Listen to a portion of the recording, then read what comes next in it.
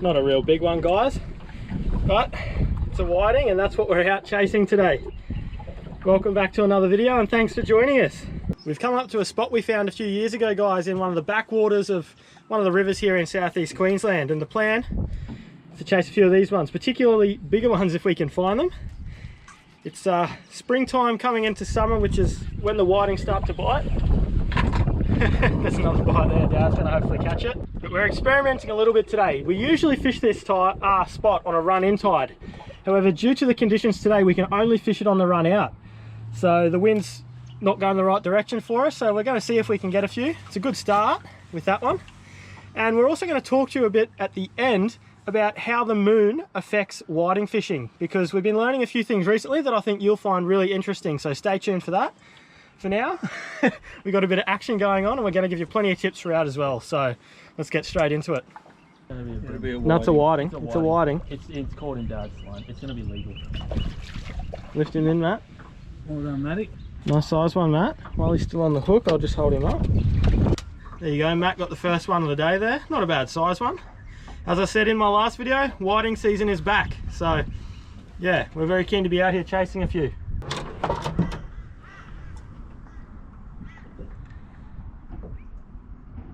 Oh.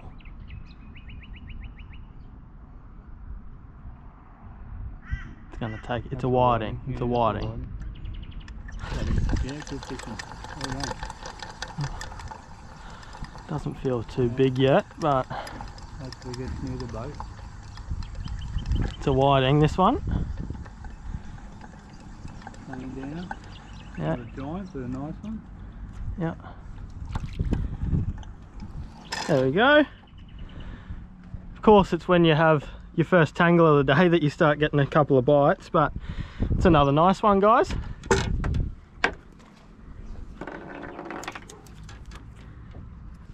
Is it a whiting? Yep, it's going. Come here, baby. Just take it easy. Oh, it's a good whiting. When whiting get close to the boat, they tend to really take off, which is both exciting and nerve-wracking. Good whiting. There we go. That's a nice one. Very well done, Matt. He's on fire out that side. Dad's just getting a bite here. He missed one out this side, just the last cast. Just put it back out there and he's got another bite, so hopefully it takes it.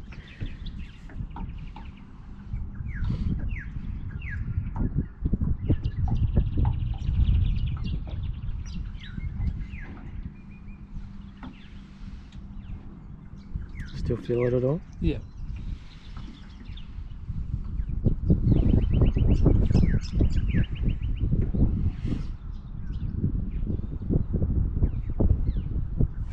Oh, well done. See how Dad was very patient there. Waited for that to bite and get it down, and then as it went to run off. Feels alright too, Dad, by the looks of it. No giant. Lifting it or? Yep, it's in. Oh, it's out. Done it. Nice whiting there. Oop, don't drop him. For what we're doing today. Yeah, nice whiting. Good fun in the shallows on this bank here that we found. Well done. Next, it was Matt's turn to show patience. Still biting. Oh, far out. That's going to have it, surely. Still going. What the hell's that? Oh, far out. You just cast that and put it down. Yeah. Matt's just going to be a whiting, I reckon. Look at it. The line's all the way out there now. Must have it. Must have swallowed it, I reckon. It's got to have it. Yeah. Well done, Matty. This will be a good one too, I reckon. Do you want the net or are you right? It's a whiting. Oh yeah. Take your time on it. Oh. Yeah. What a surprise, he's got it swallowed. I just saw there, guys. Matt was really patient with that one. It just kept biting and biting. I reckon it actually swallowed it and was swimming around with it. But Matt took his time with it, let it swallow it. And when you're keeping whiting for a feed, that's actually what you want. Less chance of them getting off, so very good. They're so strong, even just trying to hold it here. No wonder they fight hard for a fish this size. People ride them off It's just a small fish, but man, they are so fun. They fight so hard. Hey guys, I thought I'd just interrupt the video really quickly to let you know about a deal I have for you. Salty Captain have given me a discount code WILLK15 for you guys to get 15% off any Salty Captain products on their website. Now, we usually just use the salt wash detergent to clean the boat and fishing gear down, and this to run the engine. You can also use that for your jet skis, but they have heaps of products on their website for boats, cars, caravans, jet skis, you name it. Now, if you use my code WILLK15 to get yourself 15% off, I'll also get a small kickback, which I'll use to put back into the channel, so you'll be supporting me as well by using the code. Make sure you write it down and keep it in your wallet, or go straight to their website by hitting the link in the description when the video is done. For now, let's get straight back to the fishing action. Alright, so as you can see guys, when we're anchored here fishing up the rivers in southeast Queensland, on the shallow banks on the corners of them, we like to lay our rods down and we like to fish with several rods. So out in the estuary, if we're drifting or if we're anchored and fishing up on a shallow flat, a lot of the time we're actually holding our rods because you get so many bites from small pickers and brim and things like that. But when we're fishing up here, a lot of the time you mainly just get the larger whiting. So we like to lay our rods down. Matt's got a bite, I'll be back to you. You should hit then, Matty. Hit. Oh. I'm right. He's still going. Have you got it? Yep. Yep, nice.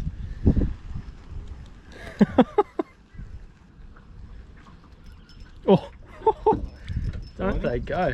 Yeah, it's a whiting. You need the net? No. Swallowed it. Mate. Swallowed it again. So as you can see, as I said before, Matt's been very patient, letting them get it right down before he sets the hook, so well done. So as I was saying, we like to lay our rods down.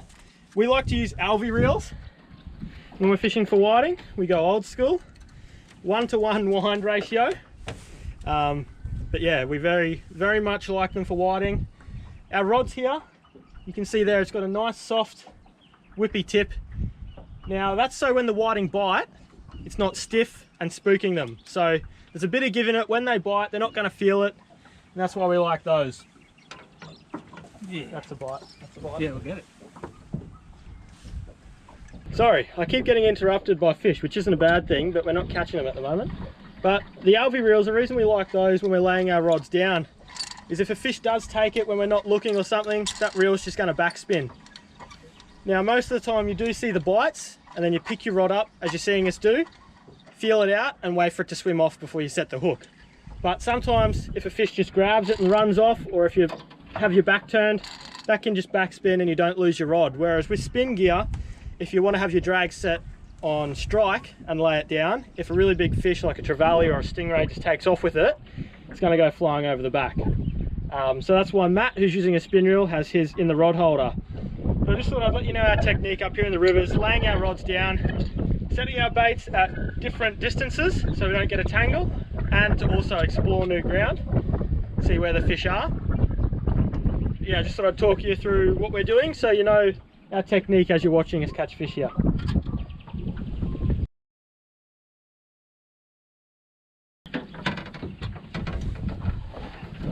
Oh.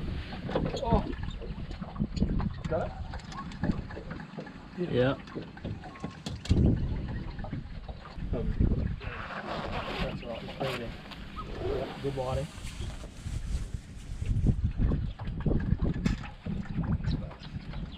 Just chuck that hook out. Yeah. There's a knife gone. Oh, that's on. Hit it. Yeah. Holy crap. Another whiting.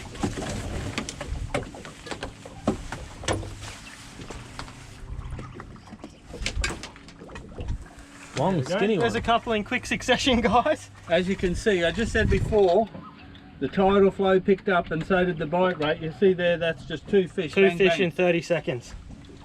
And some more bites as well, so.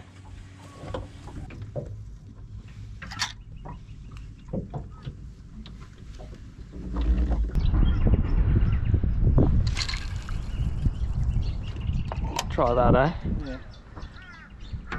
Matt had a bite there. Yeah. That's on. He's on. Oh yeah? Lift him in, Matt. Hang on, I've got a bite now straight away. As soon as I cast this one.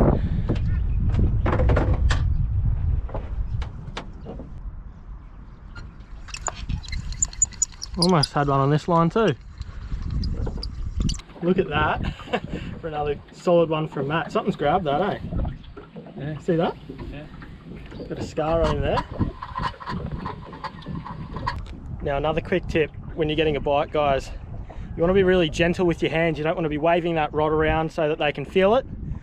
You want to be really gentle. If anything, rather than pulling back when you pick your rod up, give them a tiny bit of slack and just be very patient, very gentle. They can easily spook if you start pulling on it and they feel it.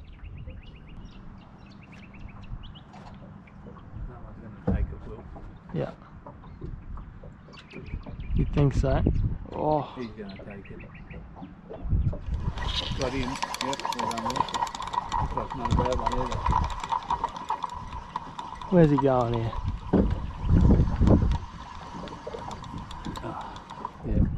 I'm under, yeah. He's a nice one. Nice fish. And he swallowed it. That's how we like it. Yeah. So there you go, guys. Another perfect example of what I was just saying. Being gentle with your hands and waiting for them to actually swallow it and start to swim off with it. Another nice one. Did you just put that down and get a bite? Yeah. Always the way. So as you might have seen with some of these fights, when you get them around the boat, hang on. Oh my God, as soon as you turn your back, eh? Yeah. I swear to God, guys, as soon as I turn my back, they decide to bite. So as I was saying, when they get around the boat, guys, they can really decide to fight. And that's the time when a lot of whiting are lost, especially the bigger ones. So you want to let them run if they have to go. But also that's another time when these nice soft tips come into play. When those whiting are lunging, those soft tips have a bit of give in them. And also using our monofilament mainline and leader also helps. We're using 8 pound for anyone wondering. Mainline and leader. Just try and find a clear one for your leader.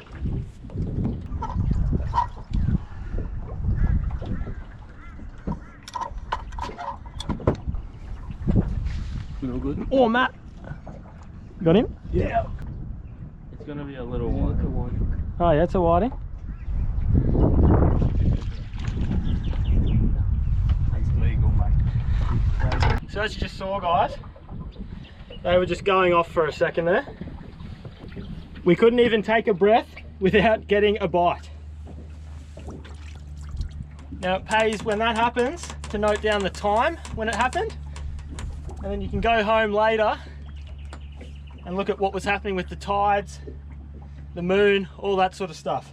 And then you note that down and keep it in a diary. And over time you'll start to figure out patterns and learn the best bite times for certain species and certain spots. Dad's getting a bite. I'm just putting the last one away in the esky. Dad missed that bite and the fishing suddenly slowed down a little bit, so I thought it would be the perfect time to talk you through the rig that we use. Alright, so the rig we're using today, guys, for these whiting is very simple. We're not fishing deep, so we've just got a nice light sinker on. This is actually a click sinker, which we've been absolutely loving recently for both offshore fishing out on the reef for our snapper and reefies, as well as our whiting and flathead in the estuaries. So that is the light version. They just clip on and off of your line. Hang on, every time I talk to the camera I get a bite.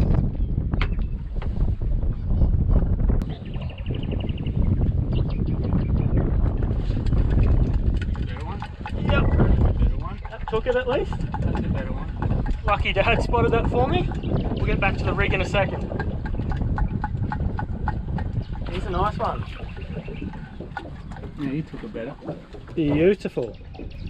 We were just talking about how they've slowed down a bit recently, but there's a nice one. I'll get him off and back to talking about the rig. So as I was saying, we've been loving the click sinkers recently because you can just clip that off and put a heavier one on if the current picks up. And as we were saying before with the whiting, sometimes they feel that weight, or they feel pressure and they can get spooked. So if they get finicky, you can drop down to a lighter one, or if the tide picks up, you can clip on the size heavier. But yeah, we've Caught a lot of fish on those recently, both in the rivers and out in the estuaries. Now that's just down to a swivel. And we have about 80 to 85 centimeters of leader there. So a fairly long leader, and once again, that's so the whiting don't get spooked. If you run a really short leader, they can feel that sinker a lot easier. So we like to run that longer leader, and we think it improves our strike rate a lot. That just runs down to a size 4 extra long shank hook. That is a mustard bloodworm, and baits we're running are yabbies. A lot of people say when you're fishing in the rivers around southeast Queensland and up in the backwaters in the creeks, you need to use worms. They definitely work, but we've found that using yabbies always works as well, and we usually get just the same on yabbies as what we get on worms. So we just stick to yabbies. They're easier to get just with a yabby pump and cheaper as well. So that's our rig. As I said before, 8-pound mono as the main line and leader. The problem with fishing shallow banks on the Runout Tide is that the whiting can become more focused on moving off the shallow areas than feeding. I decided to switch things up and cast into some deeper water, and it paid off. Here we go. Are you going to take it?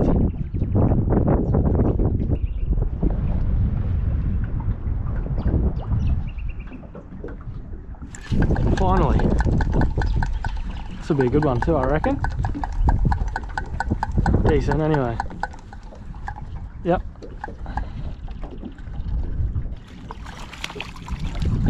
That's a good one. Yeah. That was casting further back up the front of the boat. Yeah. Are you on? Yeah. There we go, I finally got one. I've done a few casts out there, guys.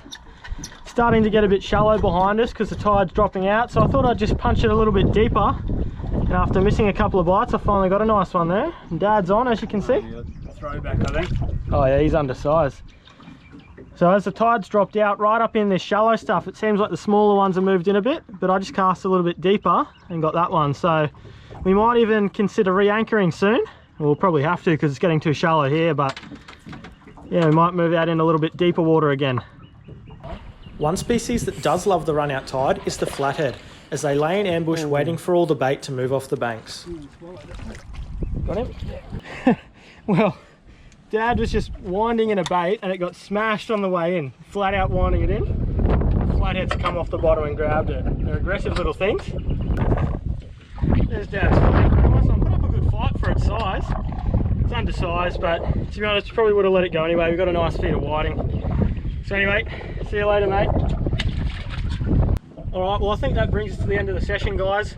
The whiting have definitely slowed down, and the other thing is we have to beat the tide to get out of here, otherwise we'll be stuck. So, another handy thing about these click sinkers is when you're leaving, you can simply just pop that off your line, and it won't bash against your rod or bash against the boat when you're driving home. So, very, very handy. We can just rinse that in some fresh water and put it in the tackle box for next time.